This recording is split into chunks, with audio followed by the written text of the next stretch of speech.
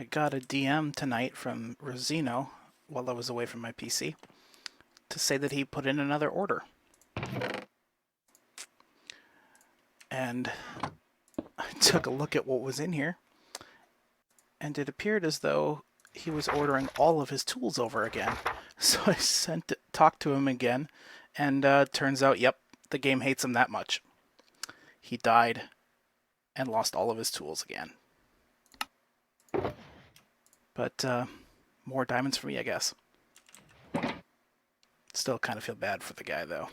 I keep wearing out my pickaxe while collecting ice here at this farm, and it's kind of gotten annoying, so I'm gonna go make myself a couple pickaxes specifically for collecting ice.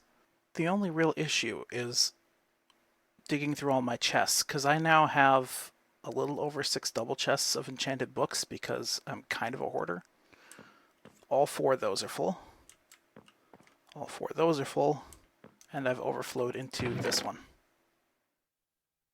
And I kind of throw out a fair number of them as well, so it's like, what are you going to do, I guess? Well, it looks like zzilmy's going to make some more diamonds again because I have everything here I need except mending.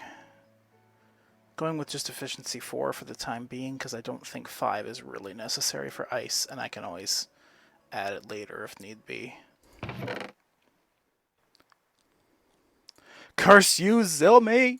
Thank goodness the Nether update is on its way, because I get pretty low on diamonds, and I could go mining, but I've been a little bit busy for that, so I'm kind of hoping this ice shop is gonna be very profitable.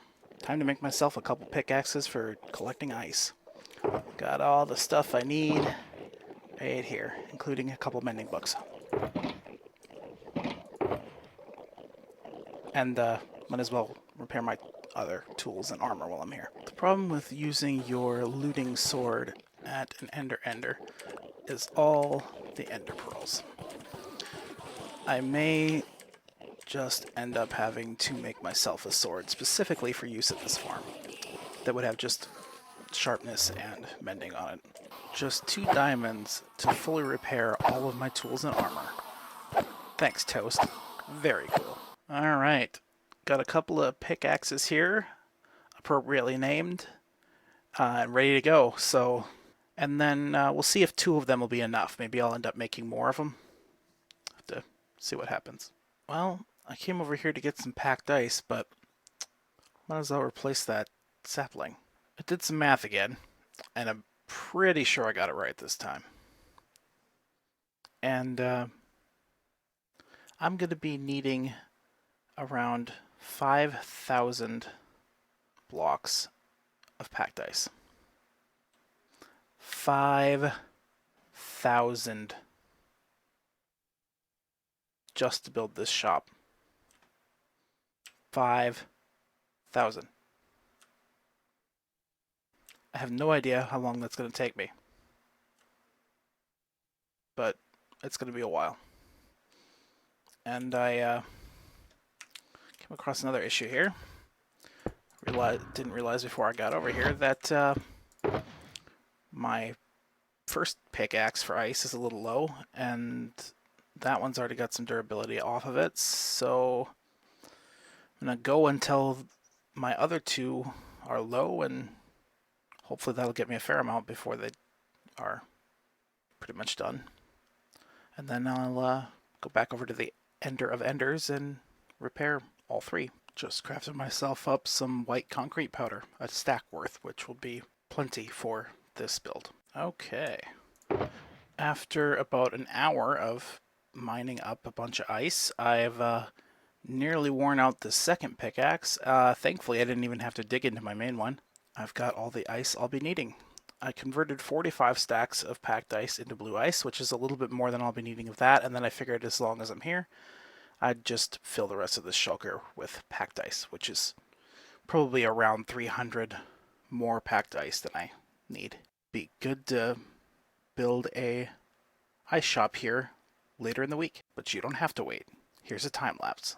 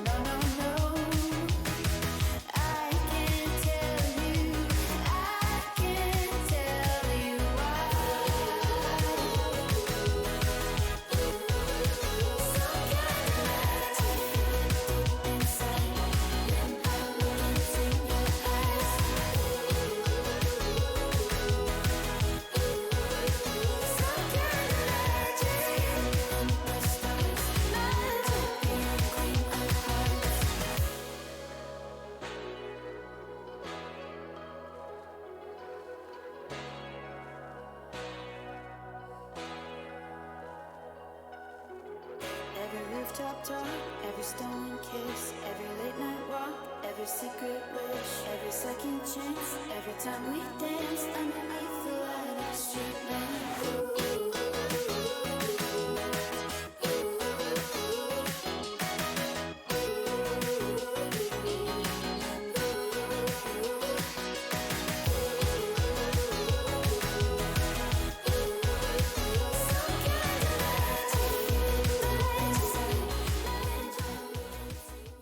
Well, this ice shop build was a little bit more of an undertaking than I expected it to be, but it turned out pretty nicely in the end, I think.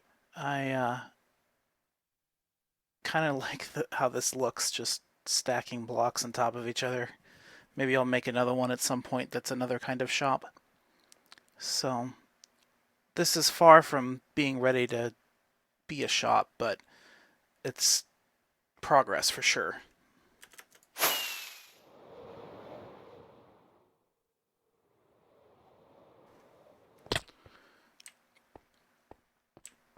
I had to cheat a little bit up here. This block here was supposed to be concrete powder, but I didn't want to deal with a gravity block on the ceiling, and people aren't going to see this as often anyway, or probably even notice. So, a little bit of a cheat, but in here I'm going to put the floor at this level. So this will hide the armor stands and could also be used for extra storage. And I'm not sure what kind of floor I'm going to put in yet either, or how people are going to get up here. Like, they may have to just come up through the... Might have to put in like tubes of water that shoot people up or down, or add a ladder or something. I want it to be something that makes it fairly easy to get up there. So maybe I'll even have multiple entrances, one on the outside of the ice block and one that you can get to from inside the redstone shop. Yeah, I'm not really sure what I'm going to do with all of that, but I wanted to get a time lapse of the main build here done for episode 10.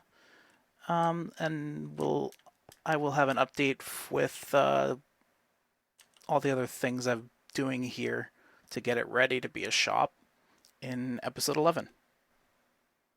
So be on the lookout for that. Hi again, over at the ice farm. I wanted to give a quick little update here.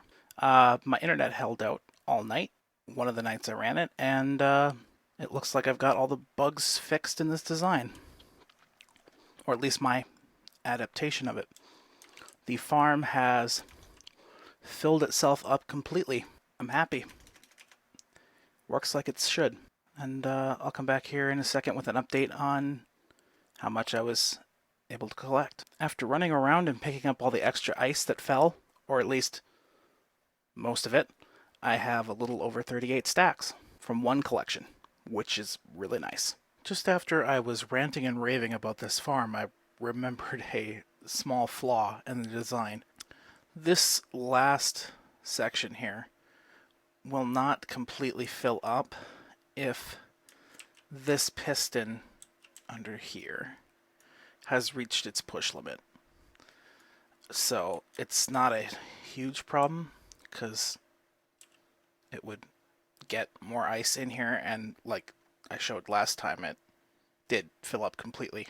So this is because of the way Redstone works in Java Edition. Normally, the maximum distance you could send power from this this repeater rather, would be here. But because of a bug that became a feature of quasi-connectivity, this piston will power itself, since power is being sent into the block above it, so long as this piston also fires. It's really complicated system. This bug-turned feature became so popular for its behavior that made building many complex redstone contraptions much easier, that when it was eventually patched, there was an outrage in the game's community.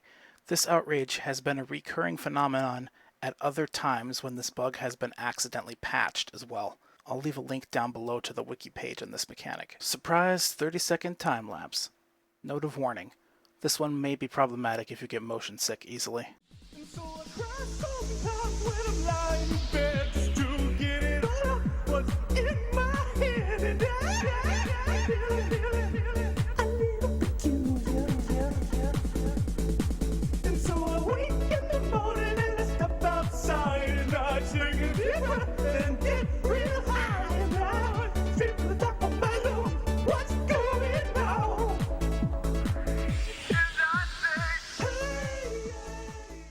Thanks for watching. My swamp renovation project has been on the back burner for the past few weeks while I've been working towards having my ice shop up and running. By the time episode 11 comes around, I'll hopefully have the shop set up and have made some additional progress in the swamp.